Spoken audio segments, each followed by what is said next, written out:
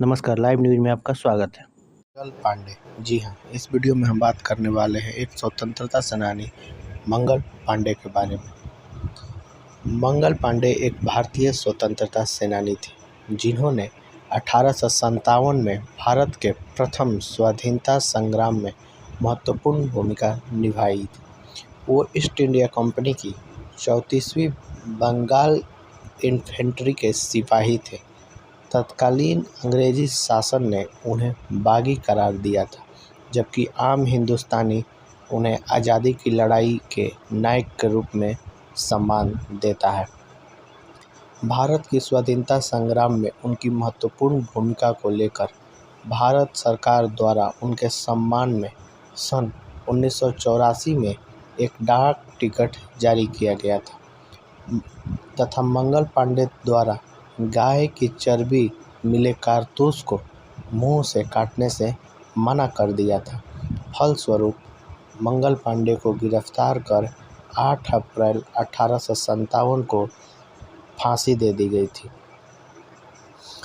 मंगल पांडे का जीवन परिचय की बात करें तो मंगल पांडे का जन्म भारत में उत्तर प्रदेश के बलिया जिले के नगवा नामक गांव में एक ब्राह्मण परिवार में हुआ था।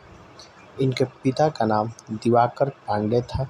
ब्राह्मण होने के कारण मंगल पांडे सन 1849 में 22 साल की उम्र में ब्रिटिश ईस्ट इंडिया कंपनी की सेना में बंगाल नेटिव इन्फेंट्री की 34वीं बटालियन में भर्ती किए गए, जिसमें ज़्यादा संख्या में ब्राह्मणों को भर्ती की जाती थी।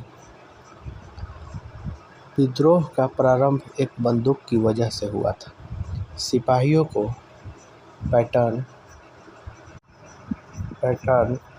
1853 एनफील्ड बंदूक दी गई, जो कि 0.577 कैलिबर की बंदूक थी तथा पुरानी और कई दशकों से उपयोग में लाई जा रही। विद्रोह का प्रारंभ एक बंदूक की वजह से हुआ। सिपाहियों को पैटर्न 1853 एनफील्ड बंदूक दी गई, जो कि 0.577 कैलिबर की बंदूक थी तथा पुरानी और कई दशकों से उपयोग में लाई जा रही थी। ब्राउन बैस के मुकाबले में शक्तिशाली और अचूक थी।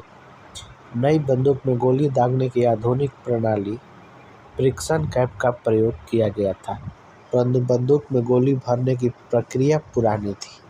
नई एनफील्ड बंदूक भरने के लिए कारतूस को दांतों से काटकर खोलना पड़ता था और उसमें भरे हुए बारूद को बंदूक की नाली में भरकर कारतूस को डालना पड़ता था। कारतूस का बाहरी आवरण में चर्बी होती थी, जो कि उसे पानी की सीलन से बचाती थी। सिपाहियों के बीच अफवाह फैल चुके थे कि कारतूस में लगी हुई चर्बी सूअर और गाय के मांस से बनाई जाती है। 19 मार्च 1857 को बैरकपुर परेड मैदान कोलकाता के निकट मंगल पांडे, जो दुगवा रहीमपुर फैजाबाद के रहने वाले थे, रेजिमेंट के अफसर लेफ्टिनेंट बाग पर हमला करके उसे घायल कर दिया। जनरल जॉन हेयरसे के अनुसार मंगल पांडे किसी प्रकार के धार्मिक पागलपन में थे। जनरल ने जमादार ईश्वरी प्रसाद ने मंगल पांडे को गिरफ्तार करने का आदेश दिया, पर जमींदार ने मना कर दिया। सिवाय एक सिपाही शेख पलटू को छोड़कर सारी रेजिमेंट ने मंगल पांडे को गिरफ्तार करने से मना कर दिया।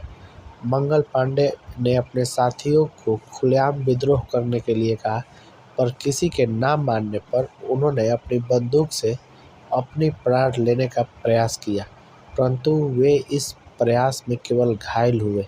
6 अप्रैल 1857 को मंगल पांडे का कोर्ट मार्शल कर दिया गया और 8 अप्रैल को फांसी दे दी गई। मंगल पांडे द्वारा लगाई गई विद्रोह की यह चिंगारी बुझी नहीं।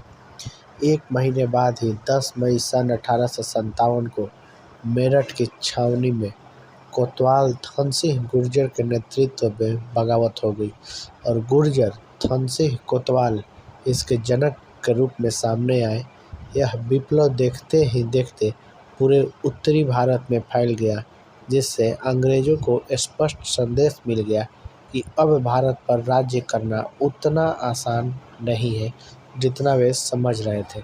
इसके बाद ही हिंदुस्तान में 34,735 अंग्रेजी कानून यहाँ की जनता पर लागू किए गए, ताकि मंगल पांडे सरीखा कोई सैनिक दोबारा भारतीय शासकों के विरुद्ध बगावत न कर सके।